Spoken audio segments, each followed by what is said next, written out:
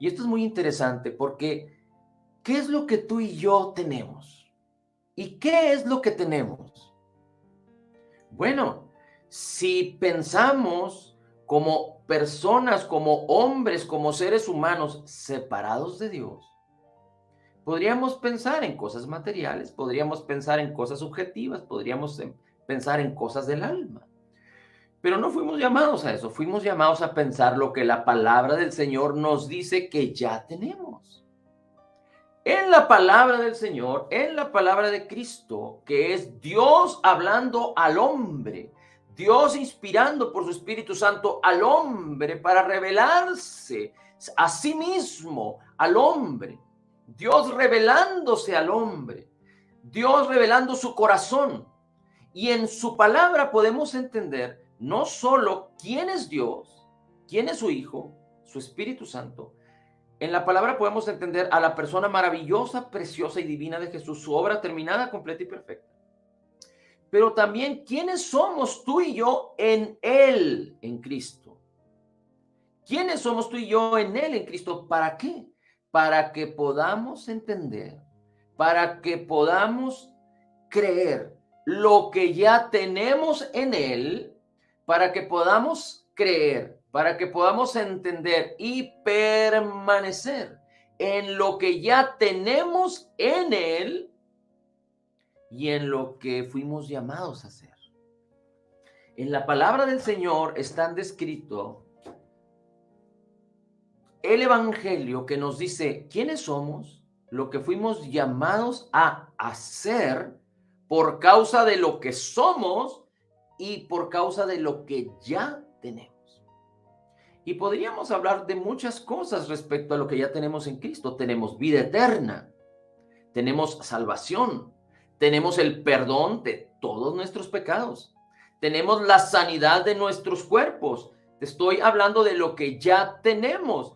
¿Y por qué hablamos de lo que ya tenemos? Por lo que Cristo hizo. Cuando Cristo murió en la cruz del Calvario, cuando Él fue sepultado y cuando Él resucitó, causó, por la gracia y la bendición de Dios, que todo aquel que crea en Él sea hecho hijo de Dios. Todo aquel que le recibe como Señor y Salvador sea hijo de Dios. Entonces tenemos un Padre, tenemos paternidad, somos hijos, tenemos una relación de paz para con el Padre, porque tenemos la justicia de Dios en Cristo.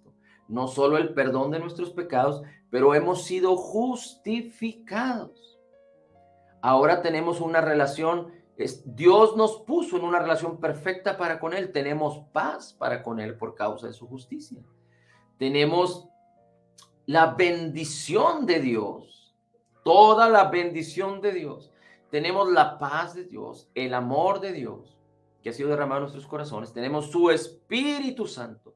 Tenemos su llamamiento, tenemos su esperanza, tenemos su herencia, la herencia de Cristo para nosotros, de acuerdo a las riquezas en gloria en Cristo Jesús. Tenemos su Espíritu en nosotros, tenemos su unción. Tenemos el poder para hacer las riquezas. Tenemos su abundancia de gracia y su justicia. Tenemos su aceptación y su gloria. Entonces, cuando nosotros conocemos, creemos correctamente y entendemos correctamente lo que ya tenemos y sabemos lo que somos, entonces el Señor nos llama a dar fruto. No podemos quedarnos sin movimiento, no podemos quedarnos estáticos, no podemos quedarnos pasivos, sabiendo lo que ahora somos en Cristo y sabiendo lo que ahora tenemos en Cristo, no por nuestros méritos, no por nuestras fuerzas, sino el poder de Dios en nosotros. Cuando dice la Escritura que cuando nosotros somos débiles, Él es fuerte. Cuando nosotros somos débiles, Él es fuerte. Él es poder en nuestras vidas. Su palabra es poder en nosotros. El poder de su Espíritu está y mora en nosotros. No lo digo yo, lo dice su palabra. Y Él es fiel a su palabra. Él no puede contradecir su palabra y su palabra no son dichos. Desafortunadamente, en la experiencia vivida humana, no estamos tan acostumbrados a conocer el poder de las palabras. En la antigüedad, la palabra tenía mucha autoridad y poder. Alguien que daba su palabra era ley.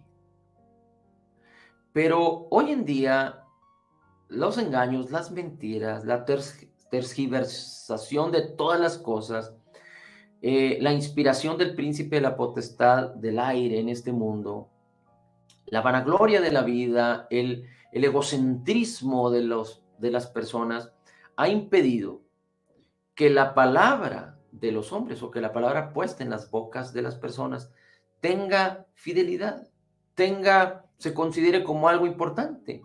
Tan es así que después implantaron o implementaron que fueran escritos los dichos para que no se tomara como pretexto el dicho aquel que dice que las palabras se las lleva el viento, para que todo fuera de acuerdo a cómo se quedó, se estableció, se definían, escritos hasta ahora, se definen, se firman, pero resulta que el hombre que tiene un corazón malo, que el hombre es llamado por sí solo al egocentrismo, a la maldad, como dice la palabra, que el corazón del hombre es engañoso. Entonces, ha encontrado la coyuntura para romper lo que ya está escrito, para destruir aún los mismos acuerdos. Así es que este mundo está plagado. Hay una pandemia de incredulidad, hay una pandemia de engaño, hay una pandemia de deslealtad, de infidelidad en la vida de las personas. Pero tú y yo no somos perfectos, pero Cristo es perfecto. No creemos en nosotros mismos, pero creemos en Cristo. Y lo importante aquí es que su palabra tiene poder y es fiel. Él mismo prometió, él mismo juró por su nombre. Y lo que Dios ahí ha dicho será, como lo hemos compartido antes. Dios dijo, sea la luz, y por eso tú y yo tenemos luz. Yo no sé si tú habías concebido esto, pero ahorita utilizamos la luz eléctrica o digamos que los equipos o accesorios para que a través de la luz eléctrica tengamos luz en nuestras casas. Pero la luz también es con la que todos los electrodomésticos funcionan. Nos hemos beneficiado de la luz eléctrica. Y esto de la luz eléctrica no fue un invento de hombre. Esto es parte de la creación, de lo que Dios dijo, sea la luz, y la luz fue. Claro que la luz es más que esto. La luz es Cristo. Y, por ejemplo, Dios dijo, sean las lumbreras, y puso la lumbrera mayor y la menor, el sol y la luna. Y las lumbreras siguen saliendo, siguen apareciendo en el firmamento día con día. Dice la Escritura que el sol sale sobre la cabeza, porque Dios lo dijo. No es porque Dios lo puso en sincronía, en órbita, y las cosas empezaron a funcionar por sí solas. No es así. Todas las cosas siguen sucediendo por causa de la palabra de su poder. Así es que, he aquí tú y yo delante de la palabra de su poder, que nos dice lo que somos, que nos dice a lo que fuimos llamados, que nos dice lo que nos ha sido concedido por gracia, que nos dice lo que tenemos y que nos dice lo que ahora fuimos llamados a hacer en su poder, por su espíritu, en la fe, por su palabra. Así es que vemos aquí a Juan escribiendo las palabras de Jesús, donde